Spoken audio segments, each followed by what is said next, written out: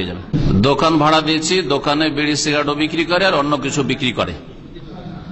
যদি পুরোপুরি হারাম ব্যবসা থাকে তাহলে দোকান ভাড়া দেওয়া হারাম, যেমন সুদী ব্যাংকে ভাড়া দেওয়া জায়েজ নয়। এইরকমই বা অধিকাংশ কাজগুলি হারামের কাজ ওখানে হবে, তাহলে ভাড়া দেওয়া জায়েজ নয়। এখন একটা বাকালাতে ভাড়া দেবেন, ওতে ধরেন 5% হয়তো হারাম, বিড়ি সিগারেট রাখবে, জর্দা রাখবে, এরকম মুদিখানার ভাড়া দিয়েছেন।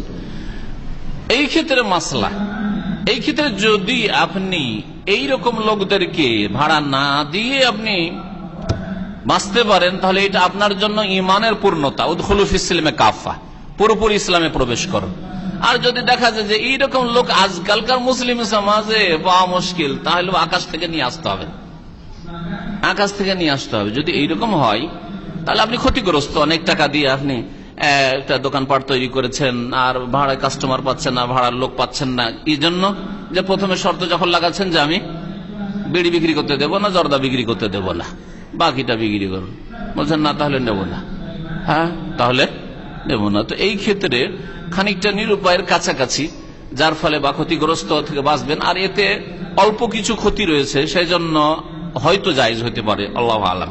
সব ফাত্তাকুল্লাহ মাস্তাতাতুম, আল্লাহ বলছেন যথাসাধ্য, যতটা তোমার ক্ষমতা আছে সাধ্য মতো আল্লাহকে ভয় করো, সাধ্য মতো আল্লাহকে ভয় করো। কিন্তু সিংহভাগ হারাম, যেমন সেলুন। একটা লোক আপনার কাছে ভাড়া চাইছে, আমি সেলুন করবো না, জায়েজ না, সেলুন করবো জায়েজ না।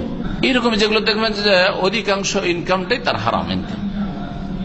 সেলুনে কটা লোক চুল কাটে, চুল কাটার চাইতে বেশি, আরে চুল তো মাসে একবার 2 মাসে একবার কাটে, আর কাটেও না 6 মাস কাটে না, বগলের নিচে 6 মাস কাটে না। এইসব লোকেরা যারা প্রতিদিন সকালে সেভ করে, ওদের বগলের নিচের খবর নিয়ে দেখবেন যে এই বলে মলম ভাই আছে, এত বেহায়া এরা। নিচের খবর আল্লাহ জানে, ও 40 দিনের পরই করে না, ওরা 40 দিনের পরই করে না। কিন্তু এদিকে প্রতিদিন না হয় সপ্তাহে 2 দিন 3 দিন অফিসে যাওয়া যাবে না, যদি একটু যদি দেখা যায় তাহলে আউযুবিল্লাহ। এই হলো মুসলিমদের অবস্থা। তো কথা হচ্ছে যে এই জন্য এই ব্যবসা জায়েজ না। সৌদি আরবে দুটো সেলুন শুধু দেখেছি আমার এই 25 বছরের জীবনে। একটা আল কাসিমে দেখেছি, লেখা আছে, আল কাসিমে কয়েকটা আছে নাকি শুনেছি, কিন্তু একটা দেখেছি লেখা আছে যে এখানে দাড়ি শেভ হয় না, মামনু হালকিল্লাহিয়া লেখা আছে। তো দূর 50 কিলোমিটার দূর থেকে আসে, 50 অন্যান্য শহর থেকে নেক লোকেরা আসে। আল্লাহ এত বরকত দিয়েছে, ওটা খুব ভালো চলে, ভালো মানুষগুলো আসে। যাকে একটু কষ্ট করে যাবো বেচারা ওর কাছে যাবো, যেখানে অন্তত দাড়ি শেভ হয় না, দাড়ি মোনানো হয় না, ওখানে আসে, দূর থেকে কাস্টমার আসে।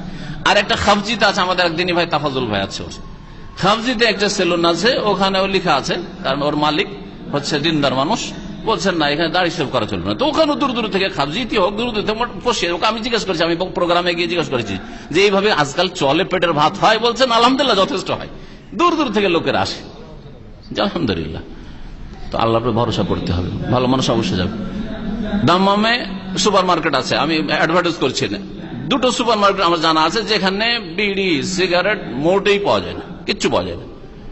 তো ওখানে আমার মতো অনেক লোক আছে যারা যায়, আমি ওখান থেকে কেনাকাটা করছি। যেখানে দেখি যে বিড়ি সিগারেট আছে ওখানে যাই না। তো এইরকম খোঁজ নিয়ে দেখা যায় এই লোকটা বিড়ি সিগারেট বিক্রি করেন না, আর আমি ভালো মানুষ, আর এও ভালো মানুষ, তো ওকেই 2টা বছর লাভ হোক। যেমন একটা কাফের লাভ হওয়ার চাইতে আমি মুসলিম দোকানে কিনবো, এই সেন্সটা আমাদের থাকতে হবে। আজকাল অধিকাংশ মুসলিমরা করে না। দোকানে ঢুকে গেলেন, কাফের দোকানে, ভারতে এরকম অনেকে করে, মুসলিম কিন্তু মুসলিমের দোকানে কিনবে না, কাফের দোকানে কিনবে। আপনার 2টো লাভ করলে মুসলিম লাভ করুক। তারপরে মুসলিমের মধ্যে দেখছেন এই লোকটা ভালো মানুষ, পরেশগার মানুষ, এর দোকানে বিড়ি সিগারেট নাই, তো এর দোকানে আমি কিনি, 2টো পয়সা এই ভালো মানুষটাই লাভ করুক আমার কাছ থেকে।